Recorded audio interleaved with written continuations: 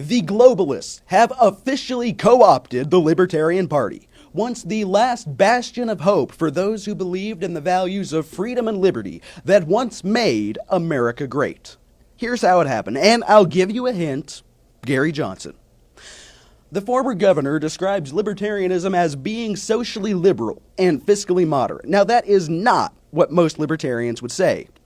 He says he's for legalizing pot, but says hard drugs and the war on drugs should remain illegal. He says he wants to ban Muslim women from wearing burqas, and he wants to force Jewish bakers to bake cakes for Nazis. He says the free market, not the overreaching government entity called the EPA, is what destroyed coal. He emphatically shows support for the TPP, says we shouldn't act against illegal immigration, meaning he's apparently never read Rothbard.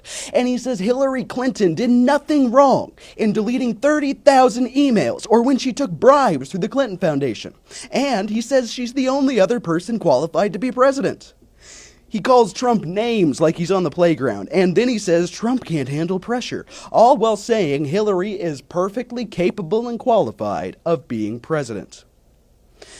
If Johnson had selected McAfee or Peterson, his much more libertarian opponents from the party's primary race, as his vice presidential running mate, well, then he might have passed the smell test to most libertarians. But he didn't.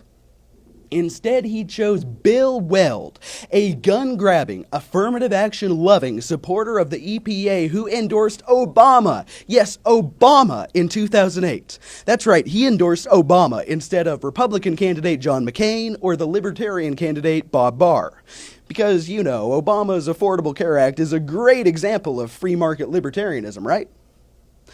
So, how did this happen? How did the party that's supposed to support freedom and liberty end up with two big league status representing it nationally? Well, the dishonest mainstream media has been uncharacteristically covering Johnson and the Libertarians for months.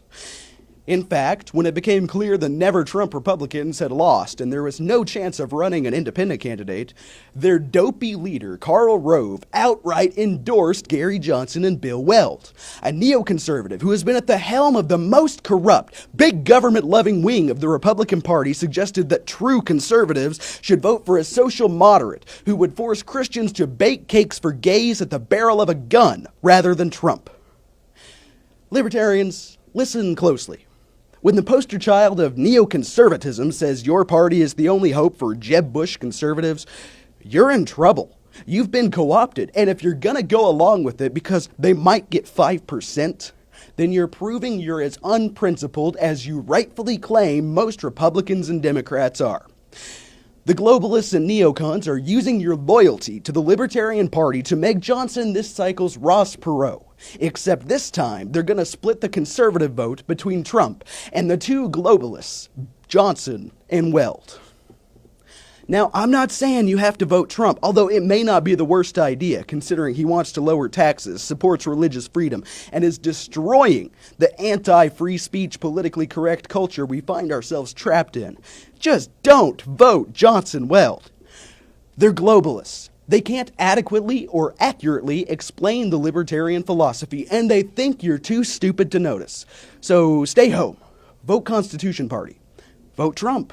Just do not vote for globalism.